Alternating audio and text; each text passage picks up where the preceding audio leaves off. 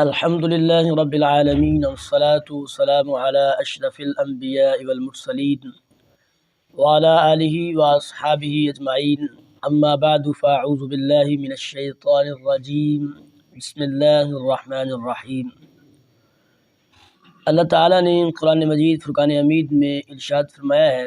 اہدنا الصراط المستقیم، ہمیں سیدھے راستے پر چلا۔ اللہ تعالیٰ کی ذات و صفات کی معرفت کے بعد اس کی عبادت اور حقیقی مددگار ہونے کا ذکر کیا گیا، اور اب یہاں سے ایک دعا سکھائی جا رہی ہے کہ بندہ یوں عرض کرے کہ اے اللہ عز و جل، تو نے اپنی توفیق سے ہمیں سیدھا راستہ دکھا دیا، اب ہماری اس راستے کی طرف ہدایت میں اضافہ فرما۔ یعنی یہ دعا کرنی چاہیے کہ تو نے اپنی توفیق سے ہمیں سیدھا راستہ تو دکھا دیا ہے، اب ہماری اس راستے کی طرف ہدایت میں اضافہ فرما اور ہمیں اس پر ثابت قدم رکھ، یعنی اہدنا الصراط المستقیم۔ تو کہا کہ صراط مستقیم سے مراد عقائد کا سیدھا راستہ ہے جس پر تمام انبیاء کرام علیہ الصلاۃ والسلام چلے، یا اس سے مراد اسلام کا سیدھا راستہ ہے،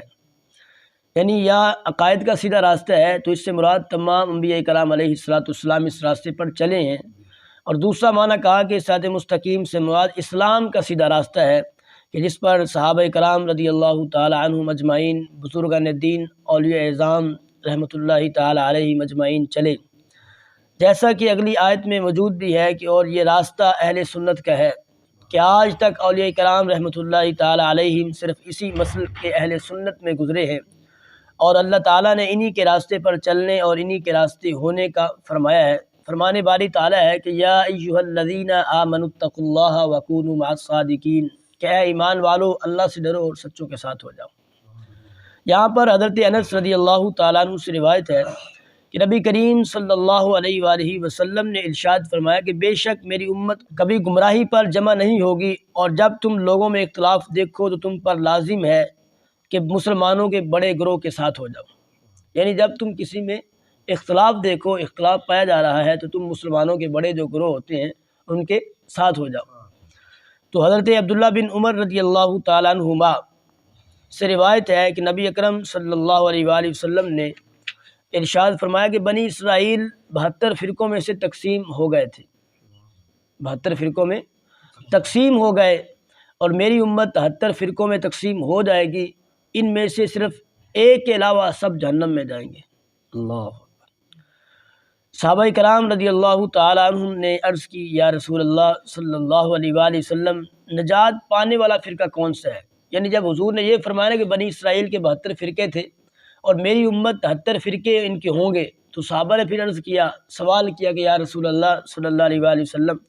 کہ پھر ان 73 فرقوں میں سے ایک فرقہ کون سا نجات پائے گا؟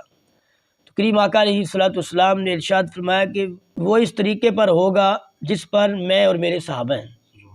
یعنی وہ ایک جنتی ہوگا 73 فرقوں میں سے جو میرے راستے پر اور میرے صحابہ کے راستے پر چلنے والا ہوگا۔ اور آگے لکھا ہے کہ ہدایت حاصل کرنے کے ذرائع، یعنی کن ذرائع سے ہم ہدایت پا سکتے ہیں، تو کہا کہ اللہ تعالیٰ نے ہدایت حاصل کرنے کے بہت سے ذرائع عطا فرمائے ہیں، وہ چند میں آپ کے سامنے رکھتا ہوں کہ انسان کی ظاہری باطنی صلاحیتیں جنہیں استعمال کر کے وہ ہدایت حاصل کر سکتا ہے، آسمانوں زمینوں میں اللہ تعالیٰ کی قدرت و وحدانیت پر دلالت کرنے والی نشانیاں جن میں غور و فکر کر کے انسان ہدایت پا سکتا ہے، یعنی کتنی چیزیں ہیں، یہ تمام چیزوں کا مالک کون ہے؟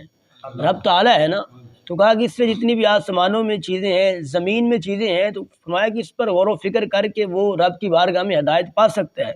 رب کی معرفت کو حاصل کر سکتا ہے، رب کو پہچان سکتا ہے۔ تو یعنی یہ ذرائع بیان کیے جا رہے ہیں۔ اللہ تعالیٰ کی نازل کردہ کتابیں، ان میں سے تورات، انجیل اور زبور قرآن پاک نازل ہونے سے پہلے لوگوں کے لیے ہدایت کا باعث تھیں، یعنی جب قرآن نازل نہیں ہوا اس سے پہلے تورات تھی، انجیل تھی، زبور تھی، یہ کتابیں لوگوں کی ہدایت کے لیے نازل ہوئی تھی۔ کہا کہ اور اب قرآن مجید لوگوں کی ہدایت حاصل کرنے کا ذریعہ ہے۔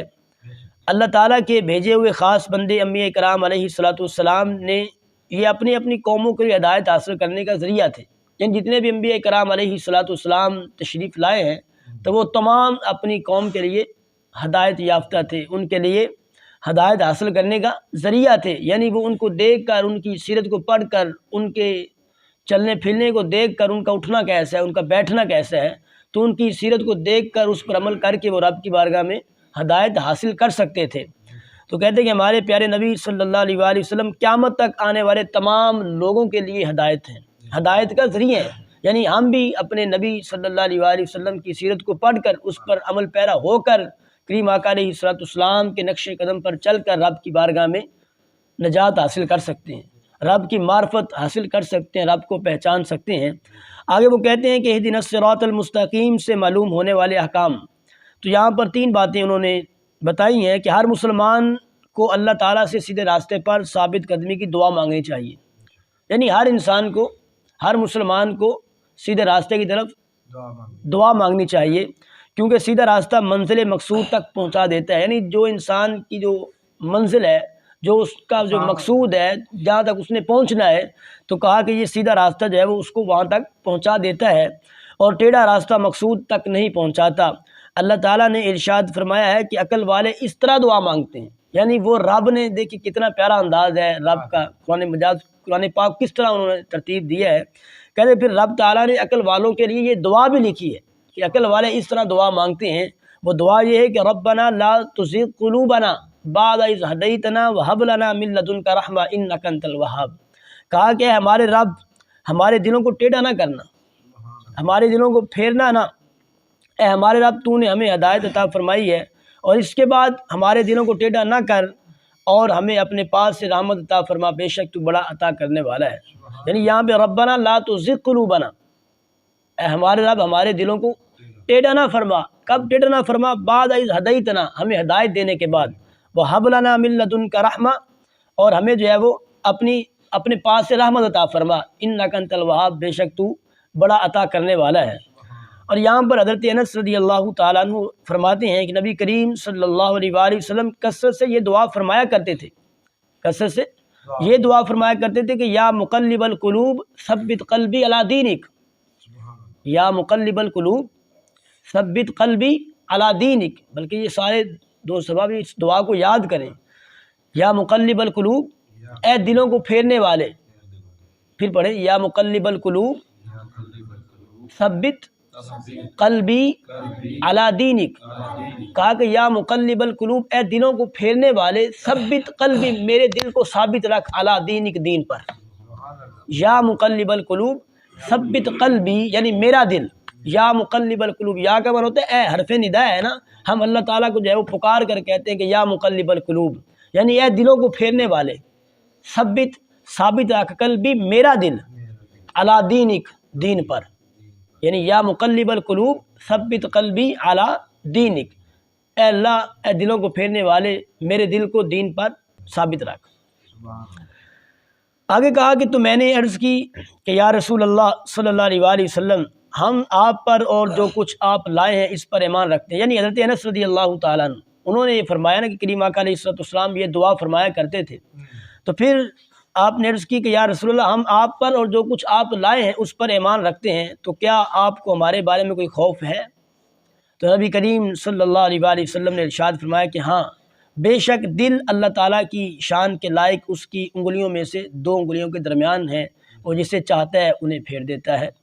تو عبادت کرنے کے بعد بندے کو دعا میں مشغول ہونا چاہیے، صرف اپنے لیے دعا نہیں مانگنی چاہیے بلکہ تمام مسلمانوں کے لیے دعا مانگنی چاہیے، کہ اس طرح دعا زیادہ قبول ہوتی ہے۔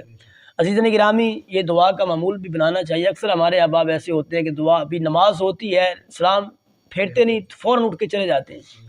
تو ان کے ہاں دعا کی کوئی اہمیت نہیں ہے نا، دعا ان کے ہاں کوئی معنی نہیں رکھتی۔ حالانکہ دعا مانگنی چاہیے، یہ حدیث پاک میں ہے کہ دعا اگر آپ کی قبول نہیں بھی ہوتی نا، تو کہا کہ یہ آپ کی دعا جو ہے وہ جمع ہوتی رہتی ہے، فرمایا کہ یہ روز محشر یہ دعائیں آپ کے کام آئیں گی۔ ابھی قبول نہیں ہوتی، اکثر ہمارے وہاں ہوتا ہے نا ایسا کہ ہم دعا کرتے ہیں، یار میں اتنی مرتبہ دعا مانگتا ہوں، اتنی مرتبہ میں رب کی بارے میں دعا، میری دعا قبول نہیں ہوتی۔ تو کہا کہ وہ جو انسان دعا مانگتا ہے نا، تو کہا اگر وہ نہیں قبول ہوتی تو وہ اس کے لیے جمع ہوتی جا رہی ہے، فرمایا کہ وہ روز محشر اس کو وہ دعائیں قبول ہوں گی۔ اور پھر حضرت عمر بن خطاب رضی اللہ تعالیٰ عنہ، آپ سے روایت ہے کہ نبی کریم صلی اللہ علیہ وآلہ وسلم نے ارشاد فرمایا کہ اس وقت تک انسان جو دعا مانگتا ہے نا، فرمایا کہ وہ آسمان تک نہیں جاتی جب تک کریم آقا علیہ الصلوۃ والسلام کی ذات پر درود پاک نہ پڑھا جائے۔ یعنی جو انسان کہتا ہے کہ میری دعا قبول نہیں ہوتی، فرمایا کہ وہ مانگتا رہے، اور پھر دوسری حدیث میں فرمایا کہ جب تک کوئی کریم آقا علیہ السلام، پھر طریقہ ہی بتلا دیا کہ بھئی آسمان تک کیسے جاتی ہے. کہا کہ جو کریم آقا علیہ السلام کی ذات پر درود پاک پڑھتا ہے نا، اور اس کے بعد پھر رب کی بارگاہ میں گڑ گڑا کے دعا مانگتا ہے، تو فرمایا کہ پھر اس کی دعا جو ہے وہ آسمان کے اوپر چلی جاتی ہے. تو یہ عزیزان گرامی دعا کا طریقہ ہے. کہ اللہ تعالی ہم سب کا حامی و ناصر ہو.